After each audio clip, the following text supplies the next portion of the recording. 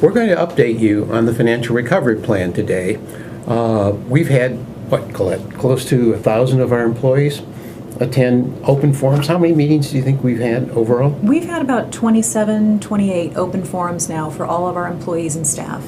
And that was based on the financial recovery plan that we circulated to the community and to all of our employees. Probably over, what, 4,000 copies? Mm-hmm. So at these open forums, there's been a number of questions that have been asked of both of us, and we thought we would spend a little time today sharing that with the community. So the first question that we got asked often was, AV Hospital, come on guys, you're flush in cash.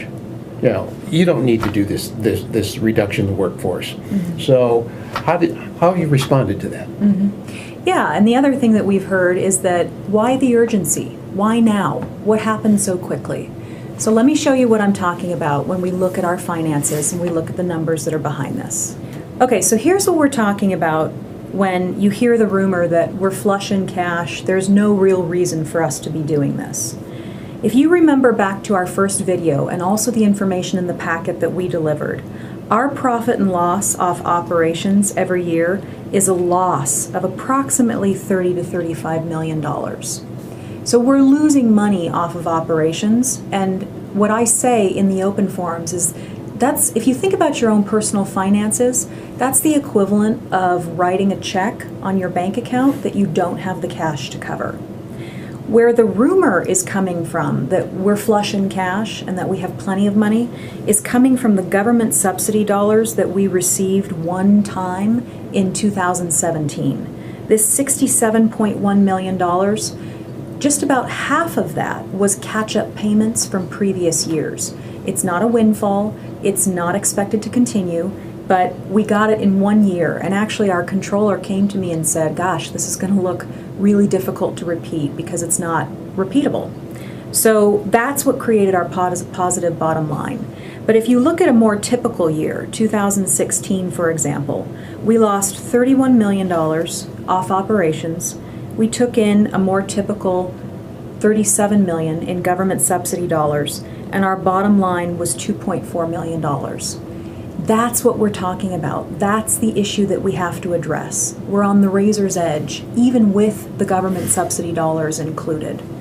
And the $2.4 million bottom line does not provide us the level of funding that we need. Where do raises come from in that amount? Where does funding the pension come from in that amount? Just as an example, our pension liability is $317.6 million, and our net position is only $178 million. We're 56% funded. We've got to put in another $170 million in that pension in order to get it fully funded. Where does that money come from when you've only got a $2 million bottom line? It would take us 300 years to fund the pension.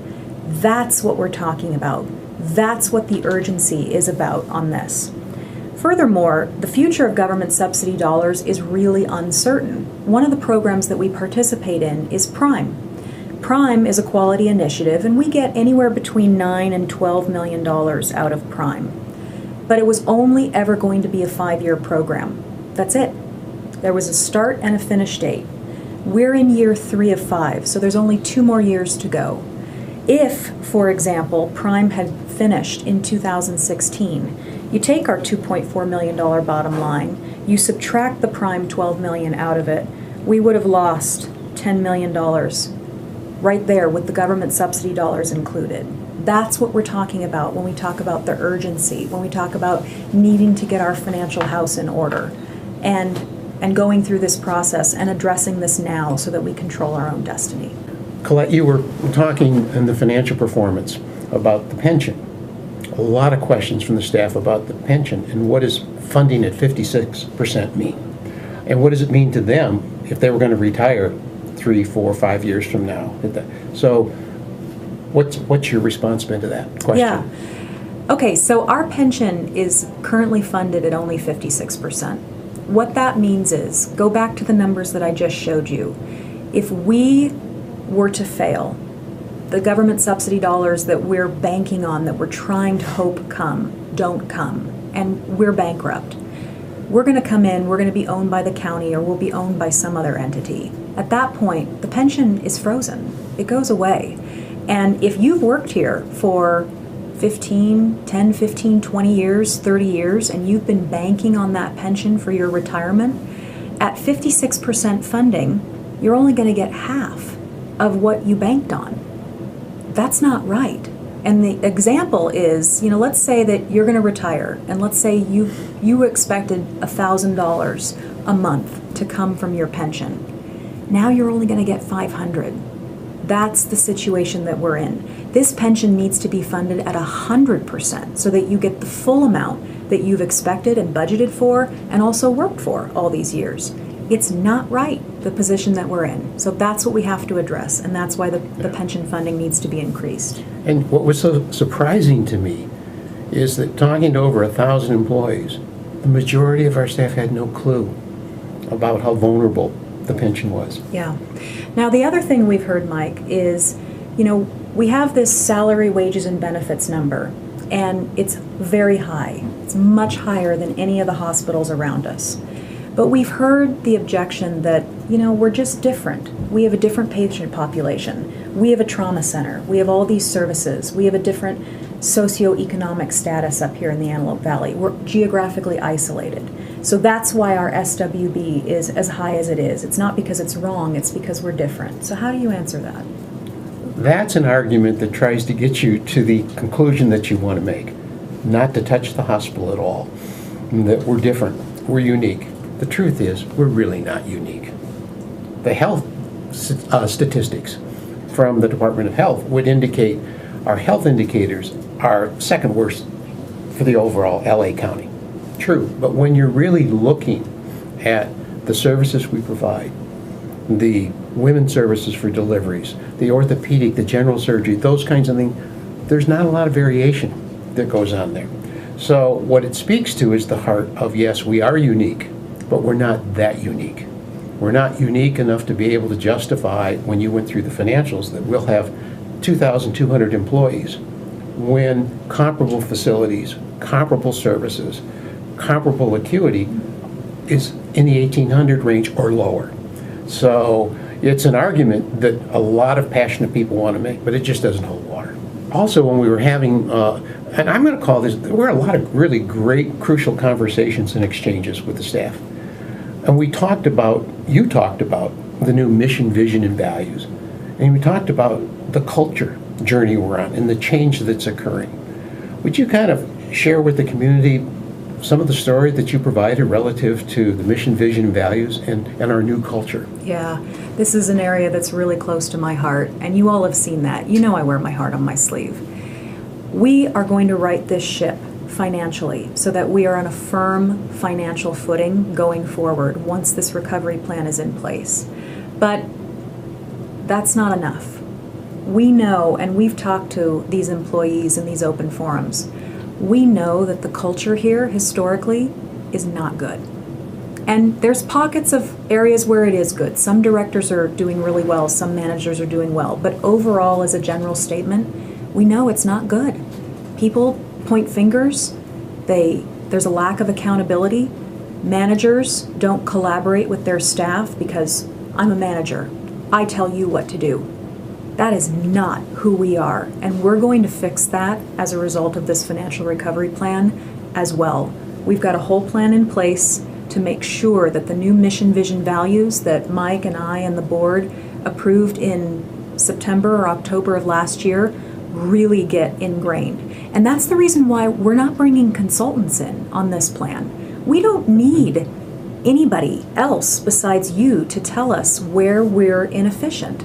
And it's just a matter of having managers who are not insecure about all the good ideas not coming from them. We should be sitting down together and saying, where are the areas that we can do things in 4 steps when today they're taking 19 steps?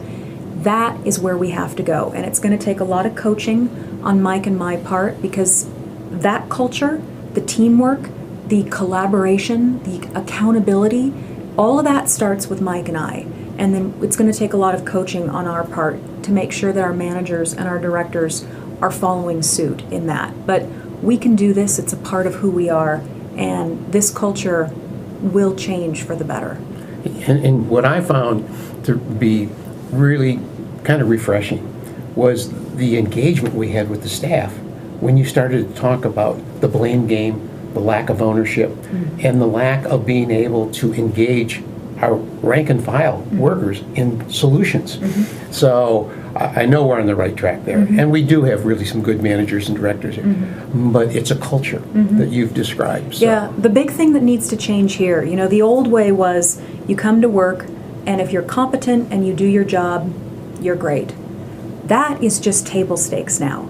We have to up-level ourselves, and all of us have to show the values of this organization. It's not enough just to be competent. We have to be on the same team. We have to share and show the same values from all levels of the organization. And there will be people that have some difficulty with doing that, and that's okay, because there's other places, other hospitals where their values may be a better fit. But here, showing the values is going to be how we retain, how we attract, hire, fire, promote, everything, because that's who we are, and that's how we have to be moving in the direction. So that, I mean, you guys have heard me say this before. In 20 years, 30 years, when we're all looking back at our careers here at AV Hospital, I want us to be able to say without hesitation that these were the best years of our careers, and the culture and the values is how we get there. Absolutely. So Mike, another question that we heard is, you know, is it just job elimination, or will there be a focus on affecting, you know, maybe creating different opportunities in different ways through part-time employment and schedules and things? It was an excellent question the staff asked. And we got the same question, but in different ways. Typically, what old guard, old school, I refer to, does when you're looking at a reduction of the workforce is the terminology you and I have used, which is slash and burn.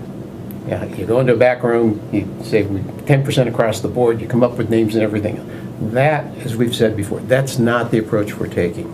The approach we've taken is to really look at productivity standards, work redesign, and patient flow. We've already seen the beginning of some progress in many of the different areas, but it's just the tip of the iceberg. So when you really kind of look at some of the things we've recently implemented, I've talked before about the intensivist program and how important that is. The length of stay has been cut in half in just the last 2 months with the implementation of the intensivist being in the critical care unit. So as we move patients through the right level of care at the right time, it has enormous quality implications. And at the same time, it improves our financial performance. The work that you did in surgery, we're not there completely yet, but to be able to look at how we use our block time and the inefficiencies. It wasn't that people weren't working hard, you know, they were, but grossly inefficient. So the schedule we put forth that you worked on with the surgeons, and we're going through the meet and confer process with CNA now, creates an opportunity to grow volume with the same staff by up to 40%. Well, that all goes right to the bottom line. So when we kind of look at the approach this time, you've said before, revenue is a piece of it, the expense is a piece of it. The work redesign comes back to what you said about culture. If the staff feels fully engaged, valued, and listened to, you've said this before, I've said it, our staff knows where the waste is and the inefficiencies are. So we tap into that with the plan that we've got. We probably may exceed what we put together. Okay, Mike, another question that we heard from the staff is, with all this reduction in force, if there's ever an opportunity where we grow our volume, if there's an opportunity to hire some people back, will the people who had to give up their jobs here through this process, will they be given a priority to come back? Oh, absolutely. But what I found fascinating was there was a rumor that we weren't going to rehire anybody back, which goes completely against our culture, our values, and everything that we've talked about. So absolutely. And we've got opportunities to grow volume here, which means we are going to have the opportunity to bring some staff back in with the growth that we've seen projected. So I was glad that question was asked, but I thought, oh my gosh, find the person that's spreading that rumor. I want them in my office right now. Colette, this is an area that you have a lot of background experience on. It's information technology. And we have this major Cerner implementation that's going to launch late summer. A lot of people are thinking, well, once that's implemented, is there going to be another wave of cuts? So how do you respond to that? Yeah, the Cerner implementation, according to our CIO, Paul Butler, has been fully baked into this reduction in force plan. So the training, the people who are here that need the training, that's all been accounted for. So Mike and I have said numerous times in every forum, we're only going to do this one time. There will be no other shoe that drops. So Cerner's accounted for, and we'll move forward with it when it happens. And I think the staff have been really pleased with that response. And I think that's a key component, as Colette says, we're going to do it one time. It doesn't get all of the reduction that we would have originally planned for, but it allows us over the next couple of years, through attrition, through work redesign, through growth, to be able to get to where we ultimately need to be. Mm-hmm. Colette, we also had, this question came up an awful lot, that except for this year, with us being here, for the 4 years preceding that, our non-union employees got no raise at all. Well, the union employees by contract got raises. And people were really passionate about that. Yeah. So what's your response to that question, Ben? That was wrong. It was absolutely wrong. You cannot treat your employees like that, whether they're represented or not represented. Everybody needs to earn their fair raise and their fair share. I come from a for-profit background. You just don't do that. So when we first came, the first thing we did was try to write that for the non-contractual employees. We didn't get there fully. So the plan this fiscal year is to see how the financial performance stabilizes once the plan is executed and in place. And then we fully intend to, based on our financial performance around September, to make it right for the non-contractual people this year. Yeah. Because everybody should participate in the financial performance equally, and everybody should be a part of that. You have to treat people right. Yeah. And the point that we keep making at these open forums is this medical center is big business. Its budget is over $400 million. And we need to treat it that way. We need to be good stewards. And being good stewards means that we've got the financial performance that we should achieve and the quality that we should achieve, and that we're able to reinvest back into technology, into staff, and giving appropriate raises. So all of this is really tied together, and we always come back to that, and my sense is that it really resonates with our employees. So Mike, the last question that we heard is, what's the timing of this plan? Because it's been going on now for 6-7 weeks. You know, what is the timing? The feedback we've gotten from a lot of employees is just, please tell us when this is going to happen. Right. So what is the timing on this plan? It's a moving target. It's extremely complex because first we had to design the plan, and then we sent it out to the community. At the same time, we shared it with our 2 large unions. There is a requirement to meet and confer in good faith. I believe we've honored that. We've been at it probably 5 weeks. We have just recently completed the meet and confer process with SEIU, and we have agreement. That's really positive. We're getting down to the wire now with the California Nurses Association, CNA. My hope and desire is that we have resolution. I don't know that we're going to have total resolution that we agree on every initiative that we wanted to implement. I hope that I'm not in a position to have to make a decision to exercise by the contract what we call management rights. I hope that we can work through these few issues where there is major disagreement. And a lot of that is around scheduling. And I understand if you have your lifestyle and you've got a 10 or a 12-hour shift or something like that, and it works for you, and we're trying to create the efficiencies to reduce the full-time equivalents here, that's how you do it. And we're impacting people's lives. But we're also trying to run this as a business.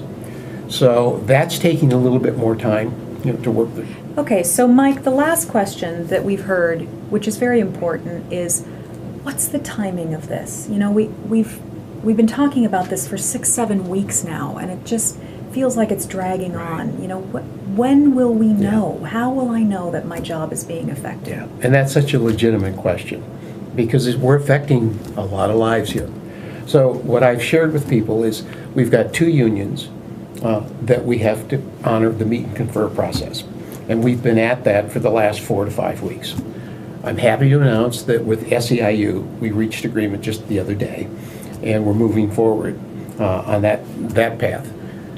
I hope within the next few days that we'll have the completion of that meet and confer process with CNA.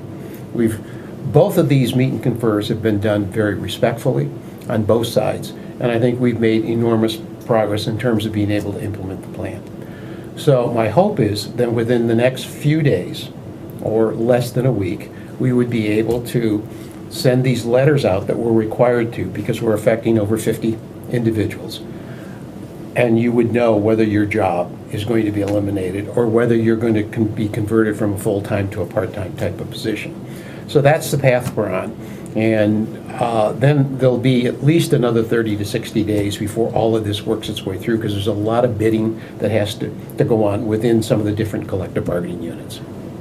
I want to thank all the staff, the nurses, the volunteers, the physicians, who man their posts every single day with incredible dedication and dignity and bring their whole selves to work every day.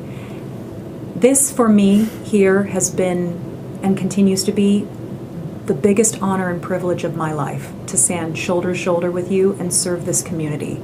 I love this community just as much as you do. And to see the collaboration, to see the dedication, to see the perseverance that our employees bring to their jobs every single day, and what they've told us through these open forums, is truly inspiring. And so as we move forward, we're going to move forward as a team. We're going to move forward in the values that we have been talking about this whole time, which are teamwork, cooperation, mutual respect, honesty, integrity. That's what we're about. That's what we can do. And we are charting a new course for Antelope Valley Hospital. And I believe that this community has tasked us with ensuring that the future of healthcare in the Antelope Valley is delivered by us in a stable and a meaningful way. And that's the path that we're on here. There's no higher calling. There's no bigger privilege or honor for me. And I just wanted to take the moment to express my thanks, my gratitude, my appreciation, and the incredible privilege that I feel to work with each one of you here every single day. We will get there, we will do this, and we will make it through this if we keep ourselves together and we show our first loyalty to the values that we have all been espousing for the last 16 months. For me, I feel fortunate and so blessed to be able to be the CEO of this hospital at this time. The path that we're on, the work that we're doing, the energy that exists in this hospital and the community validates we're doing the right thing. And there is no higher calling than to be able to come to work every day and make a difference in terms of how we deliver healthcare to this community. So we'll continue these updates as we go forward beyond the financial recovery plan, because there's a lot of great things going on here at the medical center. So thank you. Thanks, guys.